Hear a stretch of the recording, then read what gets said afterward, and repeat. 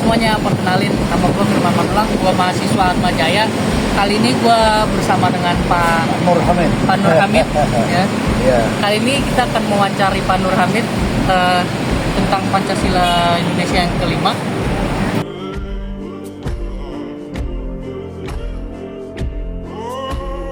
Keadilan sosial di Indonesia. Kalau masalah keadilan sosial di Indonesia itu, bagi orang-orang kaya mengaku sudah hidupnya enak, bahkan ada yang orang kaya mengaku masih susah kan. Ya. Sebetulnya yang namanya keadilan sosial memang belum ada pemerataan, masih jauh kalau kita pemerataan, karena bangsa kita ini yang di desa-desa, apalagi di daerah Sumatera, Kalimantan, Sulawesi, selain Jakarta ya, masih banyak orang yang hidupnya kekurangan, masih banyak orang yang bisa menyekolahkan anaknya sampai tingkat kuliah, masih banyak sekali ya. Jadi kalau untuk saya ya, masalah keadilan sosial itu masih sangat jauh, Masih jauh dari harapan. masih jauh dari harapan. Yang diharapkan keadilan sosial yang digembar-gemborkan dari tahun 45 Indonesia merdeka sampai sekarang belum tercapai.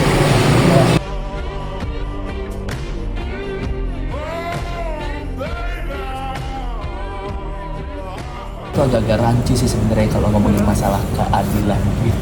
Iya sih. Dari hukum aja, contoh ya, kita kalau ngomongin dari hukum aja, ya sering ada banyak kata-kata yang tumpul ke bawah, tajam ke bawah, tumpul ke atas. Itu dari segi hukum. Iya, iya. Kalau dari segi ekonomi yang gua pribadi rasain ya, ya jatuhnya apa ya? Kalau yang makin susah makin makin miskin, kaya makin kaya. Gitu. Dan itu sebenarnya faktornya ke masalah pendidikan juga sih, yang mereka nggak tahu gimana, yang terutama yang untuk seperti kalangan gue gitu, yang kalangan ke bawah gitu ya, rata-rata nggak tahu gimana cara memperbaiki kondisi ekonomi. Ya, tapi kan awal-awal kan pasti dari pendidikan dulu dong. Iya, iya, iya. Sedangkan kita akses pendidikannya juga kurang.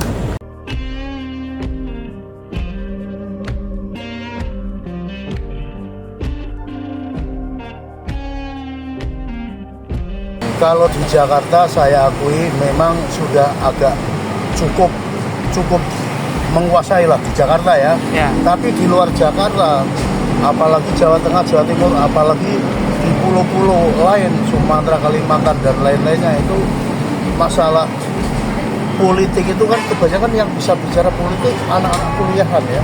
Ya. Kalau masih tingkat SD, SLTP, SLTA itu masih jauh.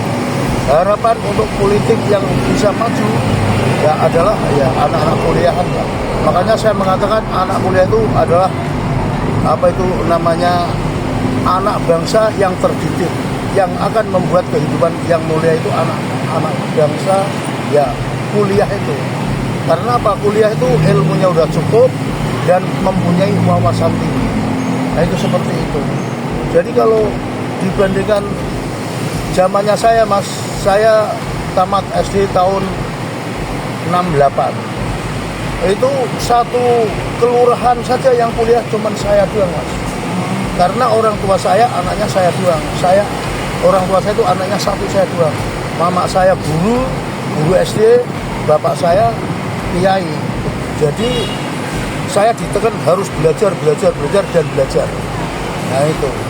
Nah sekarang agak lumayan, satu kelurahan yang paling banyak sekarang hanya tingkat SLTP banyak sekali, SLTA sedang, kuliah paling hanya yang kuliah itu satu kelurahan. Kalau di Jawa Tengah ya paling hanya 20 orang atau 30 orang paling banyak.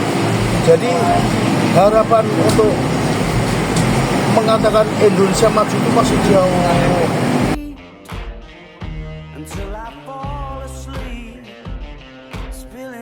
Kalau dari peron ya tentu saja enggak. Dari pemerataan kata-kata keadilan Indonesia kan udah susah. Dari pendidikan emang semuanya masyarakat bisa nikmatin itu, terutama buat yang tinggal di tempat-tempat terpencil gitu. Kita kan jatuhnya tinggal di Pulau Jawa nih. Ya mungkin kelihatannya rata gitu. Ya sebenarnya yang di Pulau Jawa sendiri aja kan masih belum rata kalau misalnya dipikir-pikir gitu. Ya contohnya masih banyak-banyak yang nyari duit susah gitu kan. Gimana lagi kan banyak kayak gitu, terlilit utang, ujung-ujung apa? Ekonomi. Iya, jatuh dari ekonomi pendidikan. Kita bisa lihat sendiri tuh presentasinya dari latar belakang pendidikannya yang kayak gitu kayak gitu.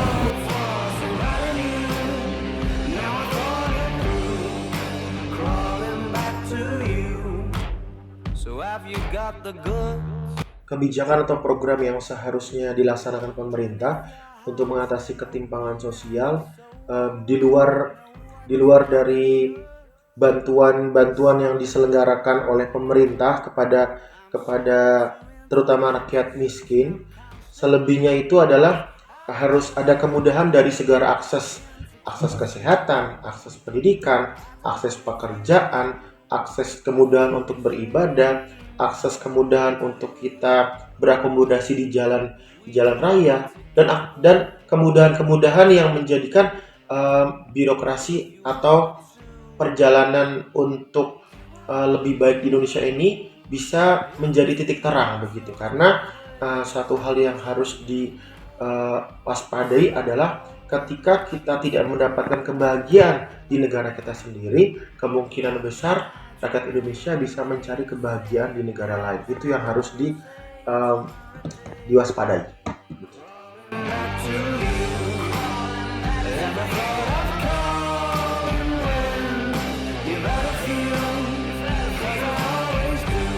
Kalau untuk seperti saya, karena saya kan umur sudah 67-68 jalan ya.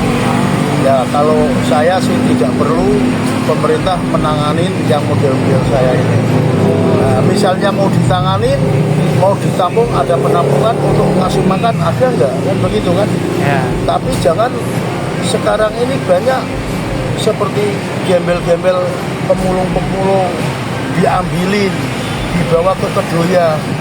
Kalau sakit dibawa ke rumah sakit, di rumah sakit diinjeksi mati, tapi tidak langsung mati. Sekarang injeksi ada yang 7 hari, ada yang 15 hari baru mati. Apakah itu adil seperti itu?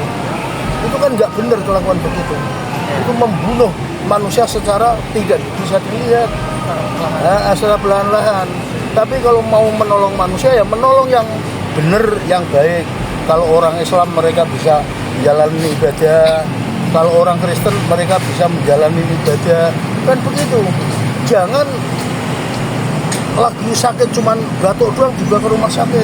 Tapi kalau masalah kesejahteraan, tolonglah pemerintah ini harus sangat waspada dengan orang-orang yang di desa-desa, yang di luar Jakarta, yang orang tuanya tidak bisa menyekolahkan anaknya, itu dipikirkan itu.